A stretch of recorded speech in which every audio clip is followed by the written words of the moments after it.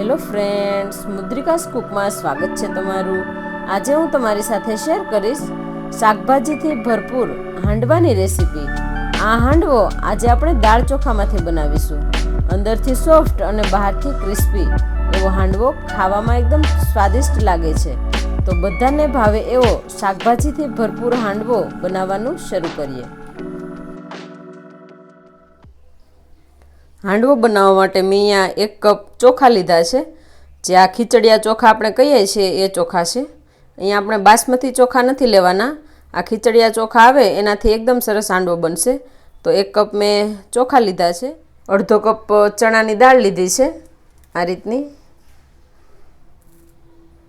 ચોખા લીધા હોય એના કરતાં અડધી ચણાની દાળ લેવાની છે, અને એનાથી ચણાની દાળથી અડધી તુવેરની દાળ લેવાની છે। તો મેં અહીંયા 1/4 કપ તુવેરની દાળ લીધી છે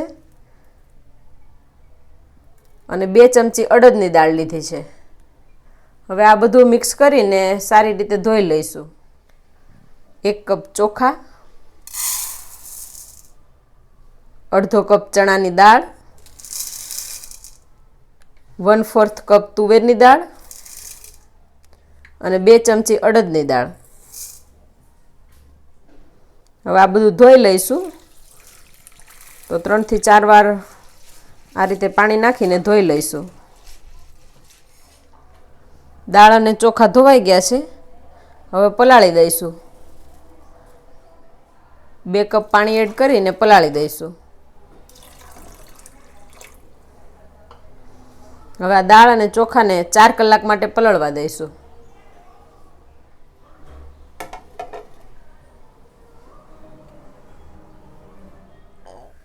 હાંડવો બનાવવા માટે દાળ ચોખાને આપણે 4 કલાક માટે પલાળેલા હતા।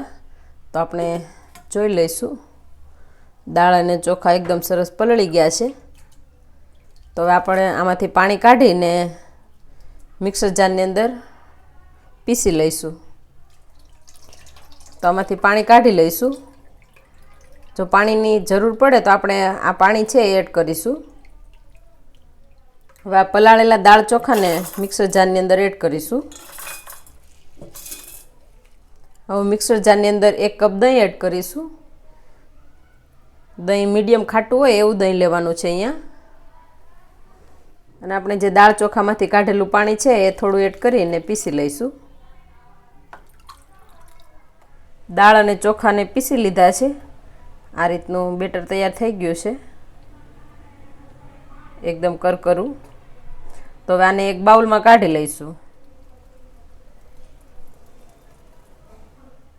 હવે આની અંદર 1 કપ છીણેલી દૂધી એડ કરીશું, 1 કપ છીણેલા બટેકા એડ કરીશું, અડધો કપ જેટલું છીણેલું ગાજર, 2 ચમચી આદુ મરચાંની પેસ્ટ, ઝીણા કાપેલા ધાણા એડ કરીશું। હવે આની અંદર સ્વાદ પ્રમાણે મીઠું એડ કરીશું, 1 ચમચી હળદર, 1 ચમચી ધાણા જીરું પાવડર, 1 ચમચી લાલ મરચું, 2 ચમચી જેટલું તેલ।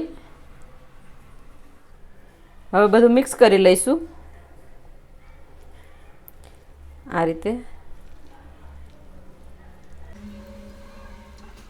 બધું મિક્સ થઈ ગયું છે। હવે બધા સ્વાદને બેલેન્સ કરવા માટે 1 ચમચી ખાંડ એડ કરીશું। હાંડવો બનાવવા માટેનું બેટર તૈયાર થઈ ગયું છે આ રીતનું। હવે આપણે અહીંયા વધારે બેટર છે એટલે 2 વાર હાંડવો બનાવવાના છીએ। તો આપણે બીજા વાસણમાં કાઢી લઈશું। હવે આપણે અહીંયા હાંડવાના વઘાર માટે 1 ચમચા જેટલું તેલ એડ કરીશું। હવે તેલ ગરમ મૂકી દીધું છે। હવે આપણે આની અંદર ઈનો એડ કરીશું, કેમ કે ઈનો નાખ્યા પછી આપણે તરત જ હાંડવો બનાવવાનો છે। હવે ઈનોને એક્ટિવેટ કરવા માટે થોડો લીંબુનો રસ એડ કરીશું।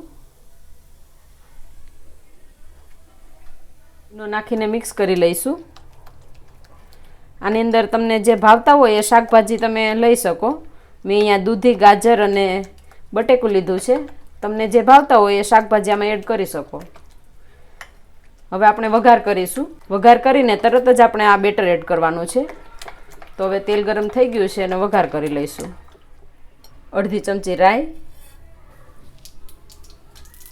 અડધી ચમચી આખું જીરું, 1 ચમચી સફેદ તલ, ચપટી હિંગ અને મીઠા લીમડાના પાન. હવે વઘારને આ રીતે હલાવી લઈશું. હવે આના પર આપણે તૈયાર કરેલું બેટર એડ કરવાનું છે, એટલા માટે વઘારને આ રીતે હલાવી લઈશું. હવે આપણે આની અંદર તૈયાર કરેલ બેટર એડ કરીશું.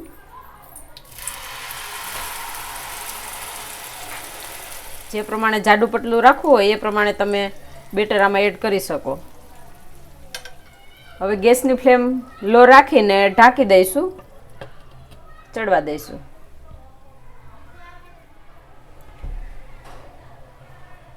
પાંચ મિનિટ જેવું થઈ ગયું છે. હવે આપણે હાંડવાને પલટાવી લઈશું. તો આ રીતે બધી બાજુથી ફેરવીને પલટાવી દઈશું.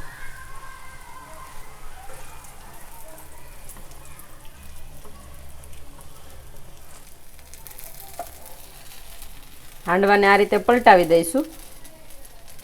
અહીંયા આપણે મોટો હાંડવો બનાવ્યો છે એટલે પલટાવવામાં થોડી દિક્કત રહેશે, પણ નાનો હાંડવો હોય તો આસાનીથી પલટી જશે.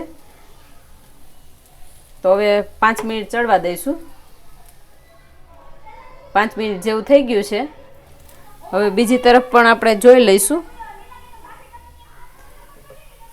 હાંડવો નીચેની તરફ પણ એકદમ સરસ ચડી ગયો છે. હવે આપણે કાઢી લઈશું. હાંડવો બનીને તૈયાર થઈ ગયો છે, એકદમ સોફ્ટ બન્યો છે.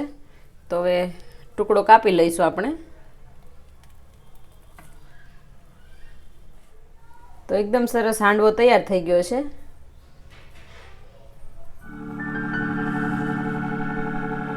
તો બનીને તૈયાર છે શાકભાજી અને સ્વાદથી ભરપૂર ગુજરાતી હાંડવો.